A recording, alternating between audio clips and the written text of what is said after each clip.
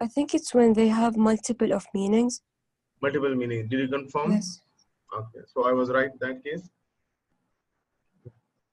Right. So I was doubting that maybe I'm wrong, but that's okay. So now we have another case study. It's very interesting case study. Last year we discussed with my students, and they liked it. That pattern is also, baratul ikhtira, you call it in Arabic.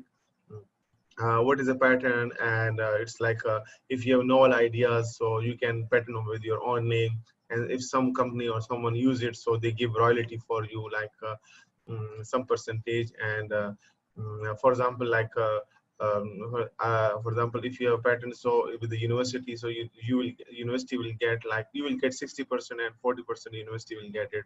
So this is kind of an agreement basically. So patent is just registering your ideas with the attorney, with the lawyer, so that if anyone uses or someone uses your idea, so they have to give the royalty for you. So this is exclusive rights granted by a country to an inventor for a limited period of time in exchange for a disclosure of invention. So if you search with my name, so I have also 2 patents over there. One patent I built with the natural language processing, with the encryption of natural language processing, and second is about the biometrics over there. So that is 2 US patents. So if you want to see what is the patent, so you can search it out with my name patents, and with so you will have these 2 patents, and you can find many patents in different areas of research.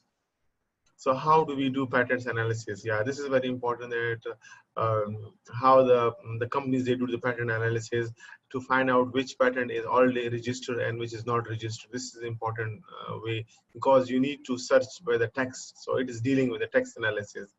Why do we need the patent analysis over there? What are the benefits and challenges, and how does text mining help in the patent analysis? This case study is very interesting, and it's very like a link with academics.